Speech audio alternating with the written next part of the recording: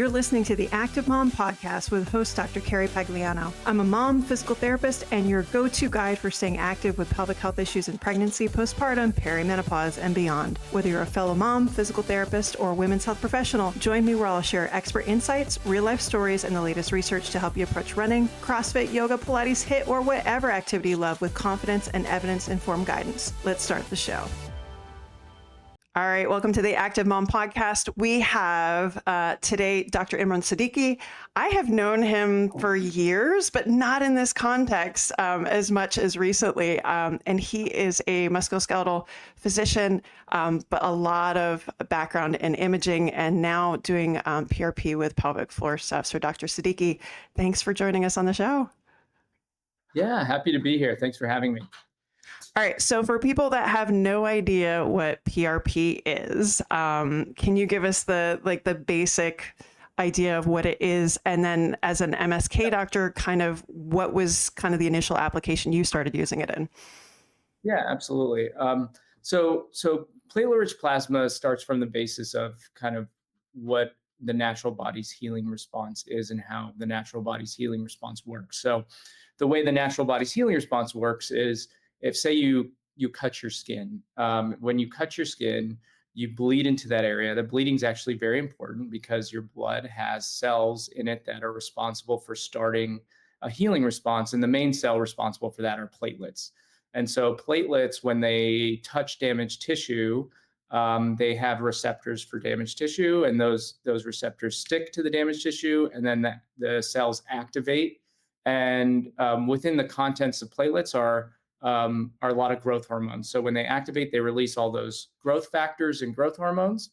And then those are what actually drives the healing response. So those get into the bloodstream, and then other healing cells, white blood cells, more platelets, stem cells, fibroblasts, all different types of cells that are responsible for actually doing the job of healing will migrate to that area following those growth factors and start the healing process.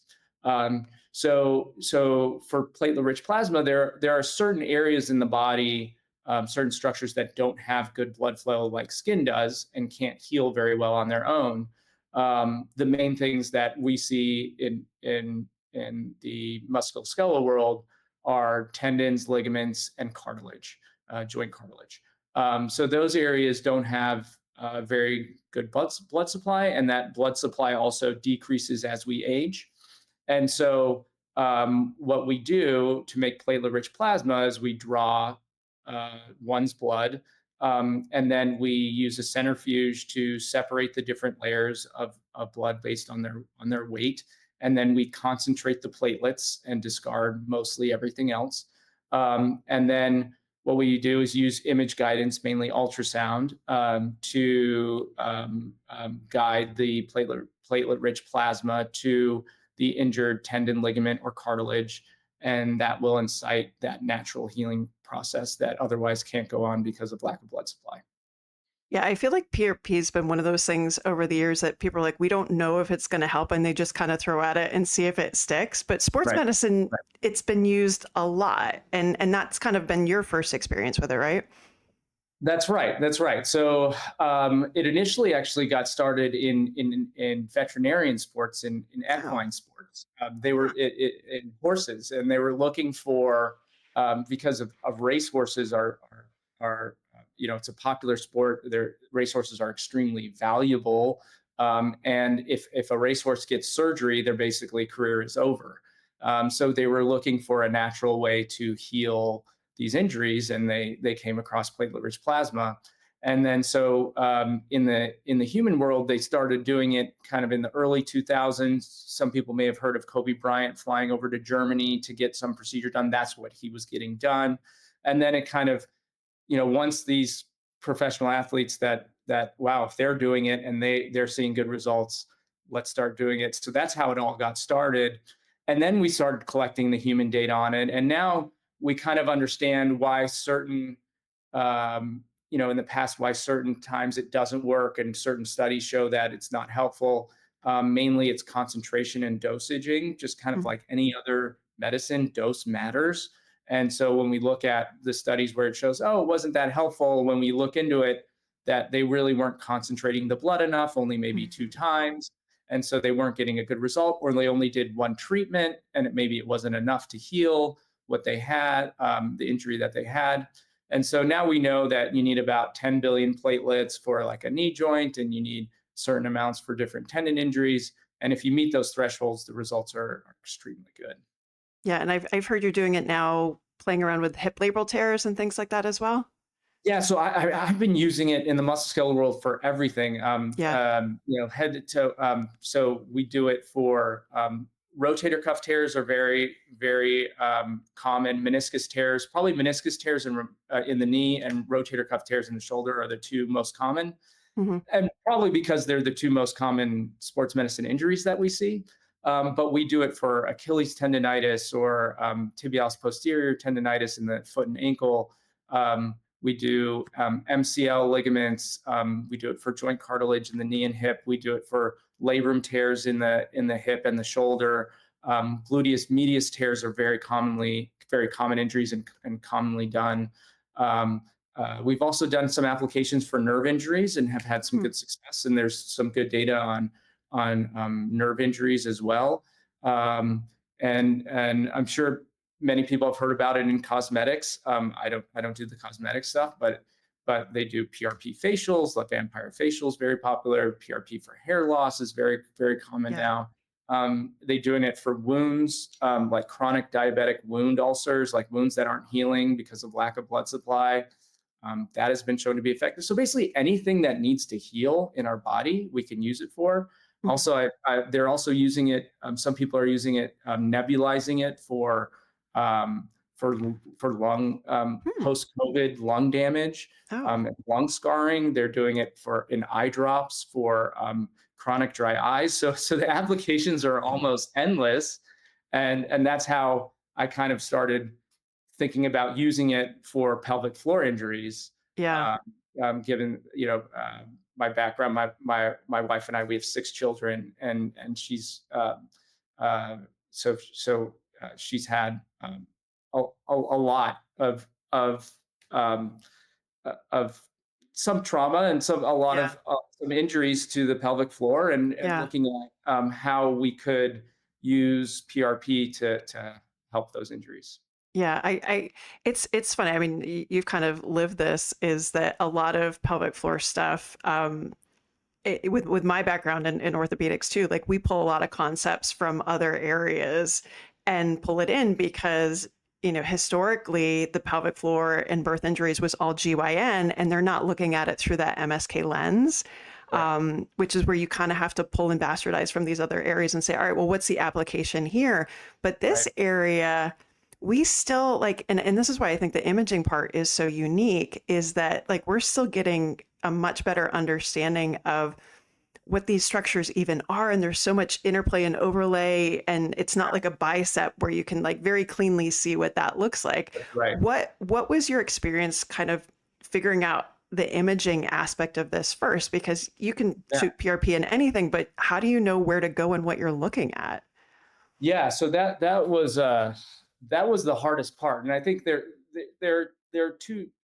are two reasons why musculoskeletal doctors haven't really gone into this world previously, and I think one is the fact that they felt like it's the OBGYN world, and we don't want to step in that realm. And the other thing is the anatomy is very complicated, and there are many structures there that are hard to delineate and difficult to understand both the structure and the function of each of those. So it's quite intimidating in that respect. Um, I was very fortunate that a patient actually. So the way I got into it was I started sports medicine, started to see a lot of hip injuries, and then as I was seeing a lot of labrum tears and glute tendon injuries that are kind of bread and butter, hamstring injuries, bread and butter sports medicine, started seeing kind of adductor injuries. Mhm. Started looking at those. Those weren't commonly treated with PRP, but looking at those more commonly because a lot of patients were having adductor and groin pain, and then diving deeper into their symptoms, a lot of them had abdominal symptoms and having more core injuries, right? So the next layer was injuries to the pubic symphysis. So the pubic symphysis is the front pubic joint. It's stabilized by very thick ligaments, as well as the rectus abdominis, your kind of your six-pack ab muscles attached to the top, and your adductors attached to the bottom. And it's kind of like your the core of your core. It is the central point in your body, and it goes under a high level of stress, and is very can be very commonly injured in athletics, but also during pregnancy and delivery. It is what kind of has to open up with increased levels of progesterone that cause relaxation, and that area opens up and puts even more stress on it. And so I was seeing a lot of people who had maybe some, taking a history, some mild injury from athletics previously. They were like, yeah, my adductors would get sore every once in a while. But then when they delivered Mhm. their baby, that area got even more trauma and then would tear. So we would treat that area, and then they would say, some patients would come and say, "Oh, my pelvic floor feels better. The tightness in my pelvic floor is better." Mhm. Okay, stabilizing the pelvis takes tension off the pelvic floor, because what we think was happening was when you had injury to the outer attachments of the pelvis, the rectus abdominis, the adductors, then the pelvic floor would have to do extra work to Yep. stabilize the pelvis. And so the pelvic floor would go into spasm, and a lot of people would get tightness, and a lot of people ended up getting Botox injections and stuff Yep. like that, and dry needling, but they would only find temporary relief. But Yep. then once we treated the core injury, a lot of that got better. Mhm. So so that was kind of my first step in progression into getting into the pelvic floor space, and was doing that for a few years. And then a patient came to me and asked, could I do PRP for a pelvic floor injury from birth trauma to the levator ani area or and the perineum? And so I didn't understand that in anatomy at the time and didn't feel Yeah. comfortable doing that. So I was fortunate enough. Another pelvic floor physical therapist, Jessica Probst, she that's who the patient was seeing from a physical therapy standpoint. She would come to the appointments with me, and she would palpate Mhm. the structure while I was imaging it, and we would be able to map out kind of via ultrasound and her palpation kind of Mhm. what each structure was and where it was located. And so a lot of credit to her in teaching me the anatomy, and being able to map out on ultrasound kind of all the structures. And so basically was able to come up with a list of 20 different structures, basically everything from the anterior pubic symphysis to the coccyx and everything in between, levator ani, looking at the urethra, the external urethral sphincter, the periurethral tissue, anterior vaginal wall, posterior vaginal wall, rectovaginal fascia, looking at external anal sphincter, all the levator ani muscles, um, and then the anterior and posterior pubic ligaments and the anococcygeal ligament and the bulba muscles. So pretty much everything, superficial transverse perineum, we're Yeah. able to image all of it. Yeah. And so at this point now, we're able to do like very comprehensive and very tailored treatments to everyone's injury based on ultrasound. And it's a 2D ultrasound. It's not a transvaginal Right. ultrasound. The advantage, the transvaginal ultrasounds from, I don't do transvaginal ultrasounds, but looking at the images of the pelvic floor from them, the definition and image quality is lower, because it does a Right. 360-degree Yep. view. And so if the power of the ultrasound is going in all directions, it's not concentrated anywhere. So Yep. the definition of the image is not as good. And so if we use a 2D ultrasound that just kind of focuses in the area where we're putting the ultrasound, it's external. We do kind of translabial Yep. and transperineal kind of around the vulva area. and are able to image everything. And we can see them in very high quality, and can see tears, and can see micro tearing, and we can see inflammation. We can see pelvic congestion. We can see do dynamic ultrasound looking at for prolapse and where that might be coming from. And Mhm. from a musculoskeletal doctor, it's interesting you brought that up, how a musculoskeletal doctor and an OBGYN may look at it. When the OBGYNs classify and look at the prolapse, they're looking at which organ is dropping by how. Right.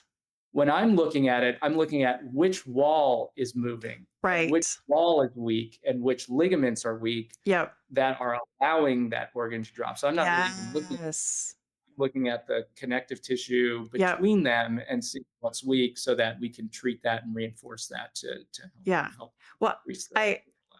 I love that you even listed out all of those structures, because the average person, I think when they're first learning about this area, and unfortunately, typically it's like they're already pregnant and then they learn this really basic thing. They're taught incorrect things right off the bat. Like, you need a strong pelvic floor to deliver, not realizing the pelvic floor needs to get the hell out of the way.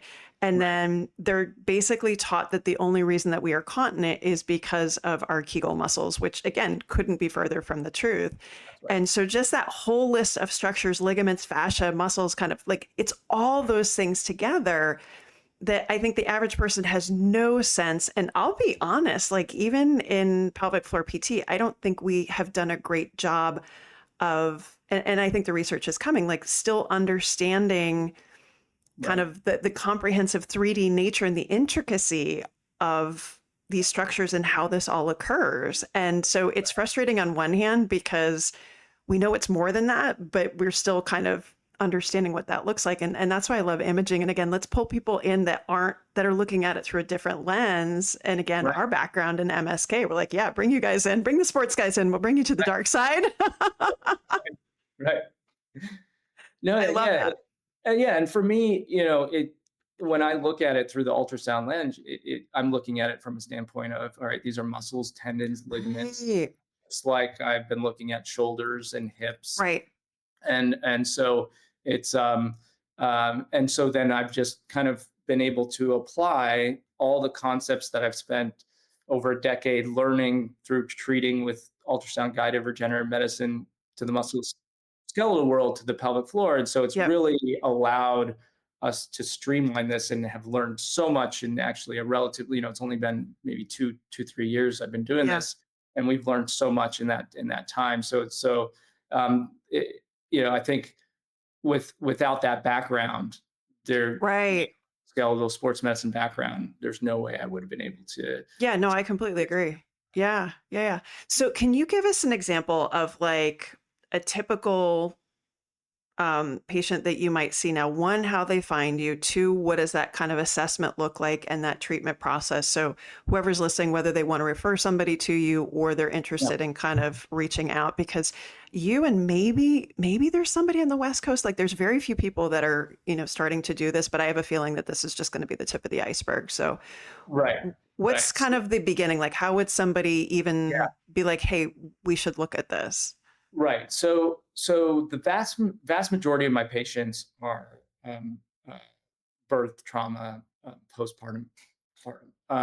I've seen other patients who've had maybe colorectal surgery or Mhm. like other procedures. Right. Usually some kind of other trauma to the pelvic floor, and it's usually procedure related. Either Yep. they've had a colorectal surgery or vaginal surgery or something like that. But the vast majority are postpartum. Um, and so, basically anyone who's had trauma to the pelvic floor through delivery, if you've had a grade 2 or 3 perineal tear, or if you've just had issues with incontinence, either bowel or bladder after delivery, if you've had kind of pain in the pubic symphysis, sometimes people get pain radiating down the inner thighs. Uh, a sign of adductor injuries. Mhm. So anyone who hasn't been able to get to the level of activity and function that they were accustomed to having prior to pregnancy, is a candidate, and that's our Yeah. goal. And I'm sports medicine, but at my very basis, I'm a physical medicine and rehabilitation doctor, which is basically a doctor of function. So my mindset is always my goal for every patient, musculoskeletal or pelvic floor, is to get you back to doing what you want to do. Yeah. And so that's what all the treatments are geared towards. So getting you back to the function that you had prior to pregnancy and delivery. Okay, so we've got a birth injury. It's not responding necessarily to standard pelvic floor PT. That person comes in. What does that initial assessment look like?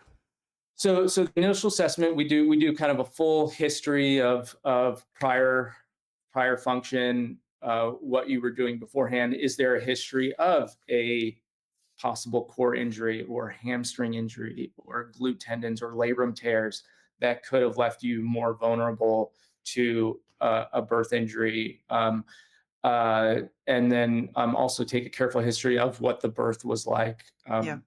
what the any trauma, any forceps, vacuum assist, anything that could have aided in trauma.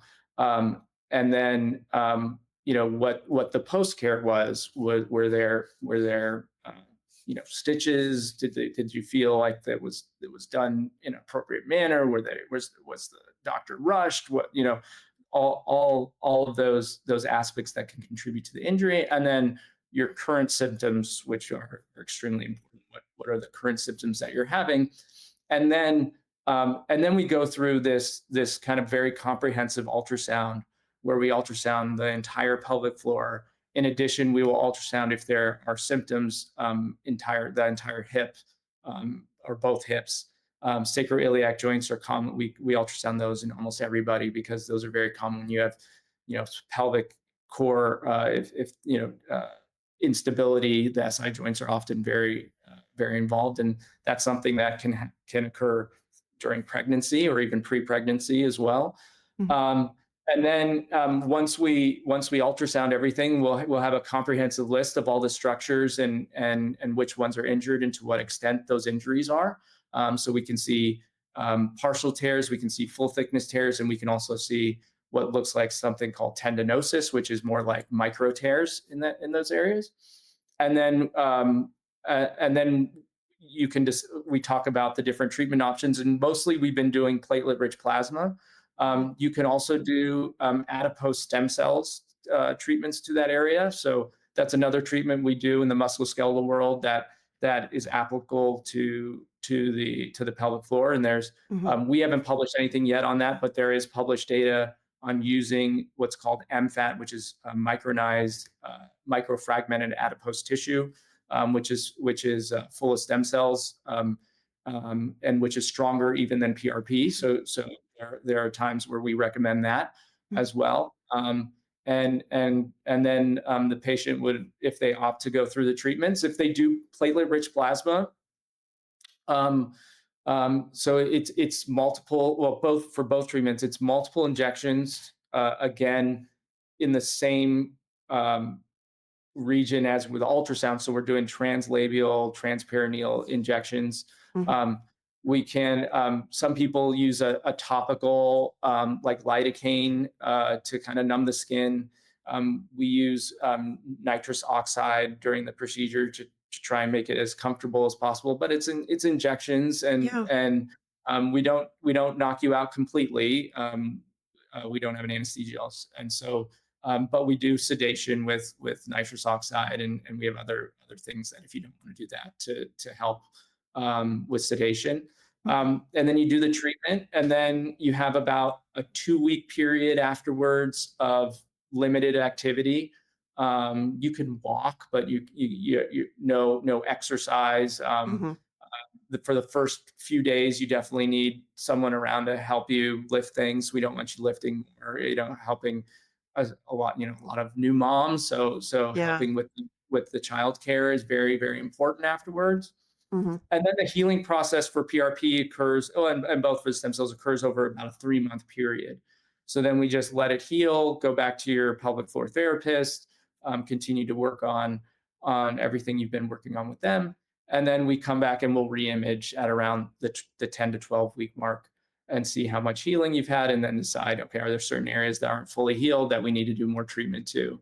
Mhm. Um, a couple caveats. I think, most people have needed, I would say, 3 treatments would be like the most common. Mhm. I'd say 2 to 4 around there, Mhm. to get everything healed to the extent we needed to.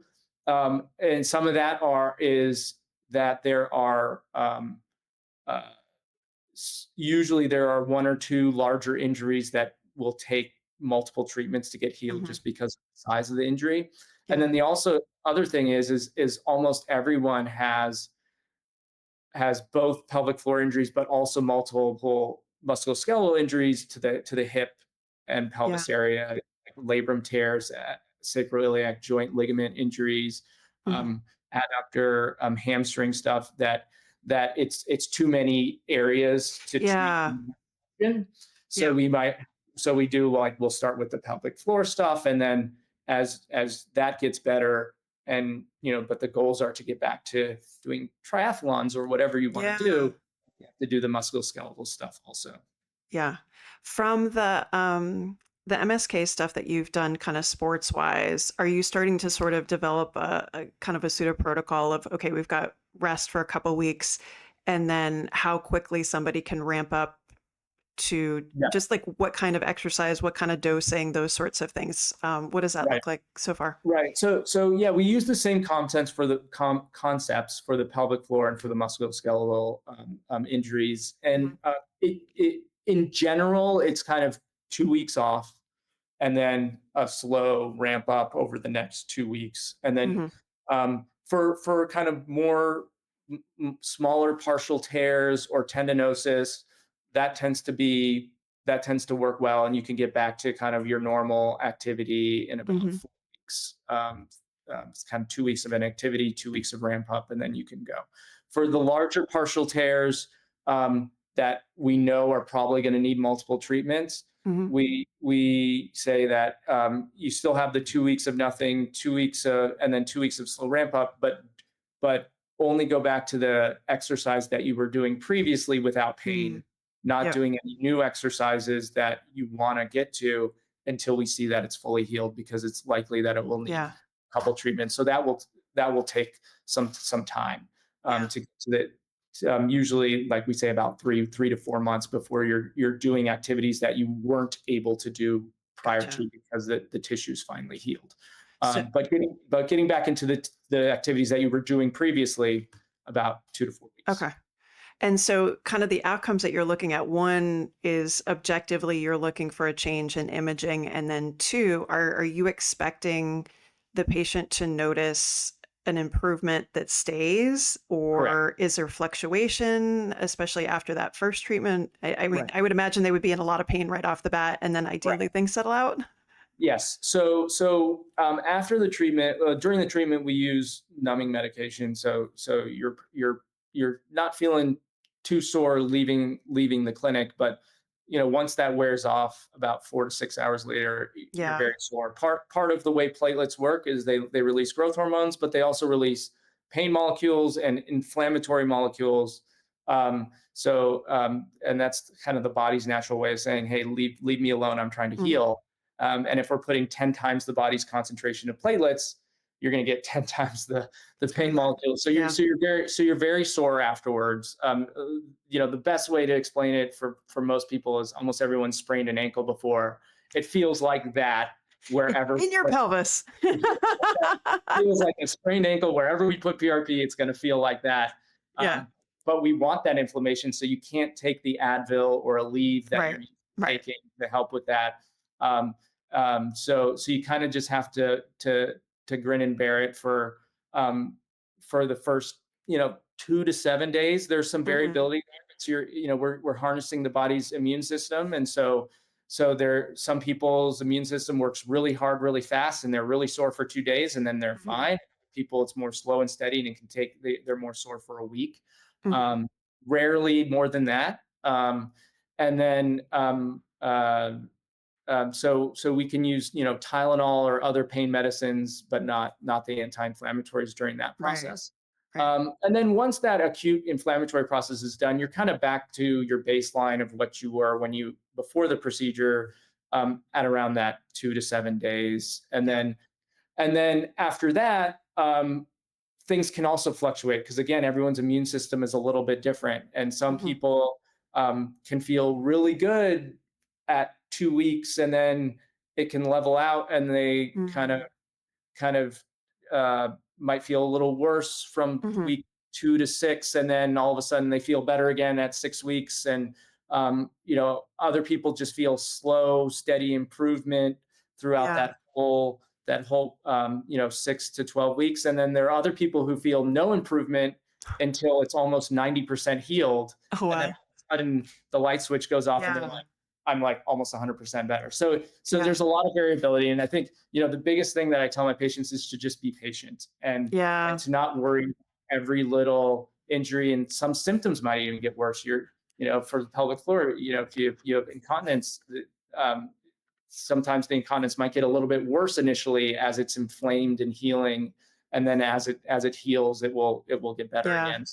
So the key is patience. It's not a magic bullet. It's not like a cortisone where you're going to feel better like this. Yeah. We're getting the body to heal itself, and it's going to take some time.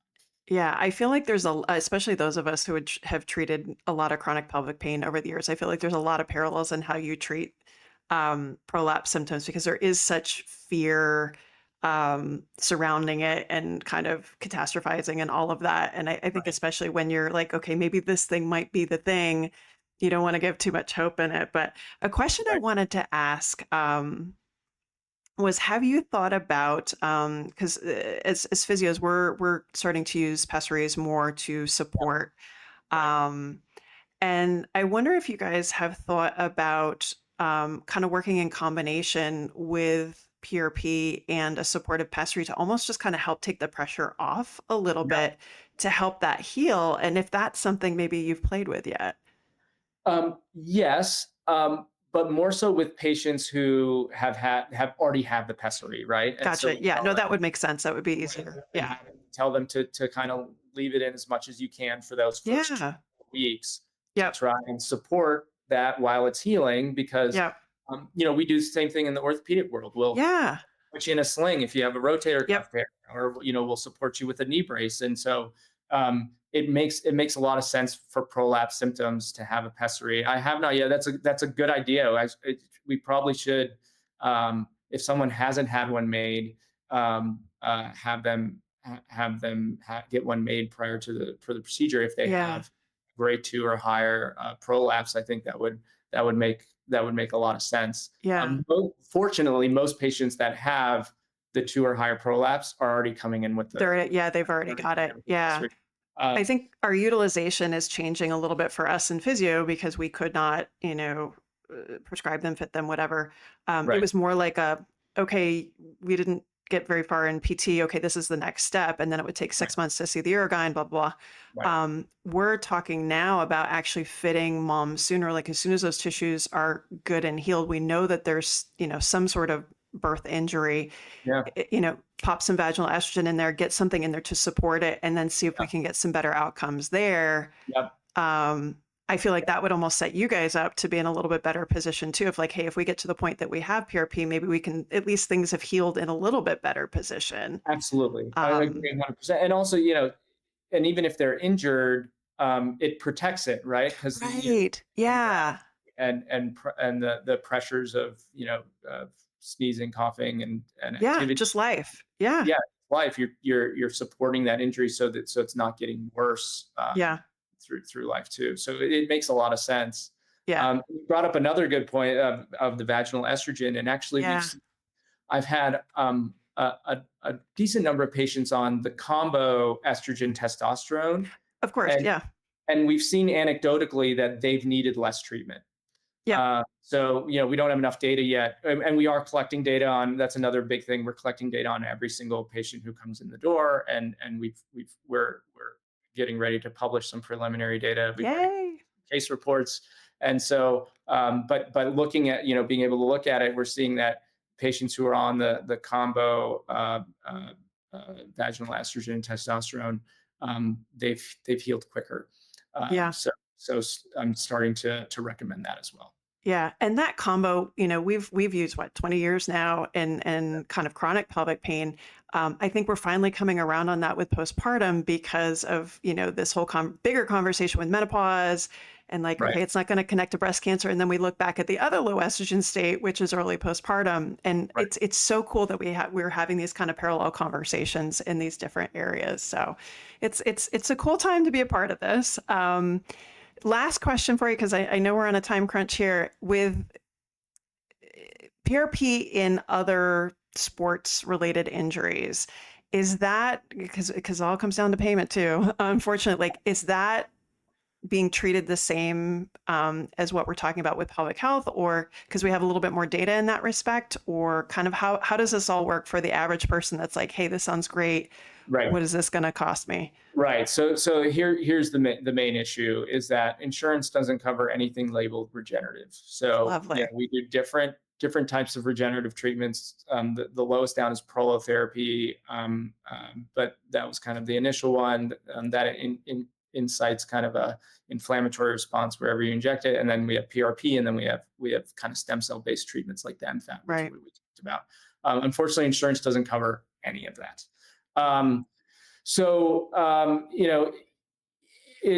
It's on the order of like a PRP treatment will range anywhere from $1,500 to $2,500 depending on how many spots and how much blood we have to draw, how many kits we have to use to process it. And then stem cell treatments will run from 6 to 10,000 based on that. So because there's a lot more equipment involved. So Right. unfortunately, these things are not covered by insurance. Now, I've had some people who have international insurance, who've had insurance that is run by their company. Just use kind of Blue Cross Blue Shield or Aetna or whatever as kind of the broker. Go to their HR and they've been able to get it covered and reimburse for it. So, but unfortunately, if you have normal commercial health insurance or Medicare, any of that, they are not going to cover it.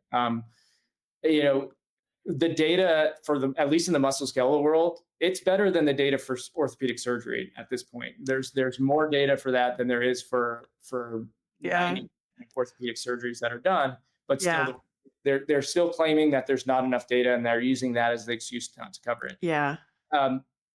It's deeper than that. Talking to people living in DC, we'll talk to lobbyists and people who are kind of have their ear to the ground and are hearing things. There is some I don't want to get into the details, but there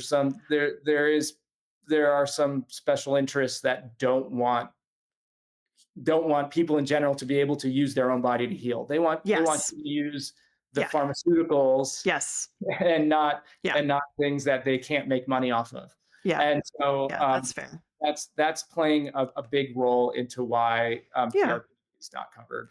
Well, it has kind of shadows of again, back to chronic pelvic pain land. We had to fight for so long to get Botox to the pelvic floor, and that's pharmaceuticals. And so eventually we kind of came around on that. Like, there's a time and a space for all this stuff. It's coming. It may not be in the current administration. We'll see. Yeah, but all the faults. The HSS administrator is more, much more stem cell and your own body friendly. Okay. Despite the other issues that. So we're both DCers, so we're like, yes, we understand what each other is saying. So we'll see what happens. We'll see what happens. We're the most optimistic we've been in terms of great. Just looking at stem cells and PRP and getting them covered. From that aspect, we're the most optimistic we've been. Okay, well, then I'm glad to hear you say that. That makes me feel better today. So that's good. Well, either way, I mean, anytime I think we can pull from other areas and bring it into, especially postpartum birth injuries, stuff like that, and bring other voices and perspectives in, I think it can only help moms that, historically have been left behind. And so I can't thank you enough for kind of coming to the dark side and using your skills and kind of, just kicking this can forward, because I know, at least the patients that we've shared have definitely appreciated it. I'm sure there's going to be more that are going to listen to this and want to ask more. I'm just going to pop up here. We've got RSM online, and then you're new to Instagram. Congrats on that. So I think I'll start posting. We'll see how things go. But yeah, this is the light side, the way I'm looking at it. This is an area of medicine, and goes back to my experience and my wife's experience with postpartum care. There's such a lack in postpartum care and peripartum and care, and actually a whole thing. There's nothing for prepartum care. Like, what do you need to do to other than our wonderful pelvic floor physical therapists, which unfortunately not everyone has access to either. So it's bigger than just doing PRP and healing these things. It's about having comprehensive prepartum, peripartum, postpartum care, and treating it properly, and not just saying, oh, this is your new normal. They say everyone has these injuries, and but if we look at other areas of medicine, everyone has heart disease, but we still treat it. Everyone has meniscus tears, but we still treat it. That's not an excuse. And so that's a big portion of why we're doing this. I love it. Well, welcome to the revolution, because we can take all the help we can get. All right. Thanks so much for joining us. If you guys are interested in learning more, you can check them out at RSM online and the Siddiqui MD. Thanks so much for joining me. Yeah, thank you. If you're navigating pregnancy, postpartum, or perimenopause, whether personally or professionally, check out all our free resources and upcoming courses at carriepagliano.com. This podcast reflects the opinions of Dr. Carrie Pagliano and her guests, and it is for entertainment purposes only and should not be considered medical advice. Always consult your healthcare provider with any medical questions. If you enjoyed the episode, please take a moment to leave us a 5-star review on your favorite podcast platform. And thanks for listening.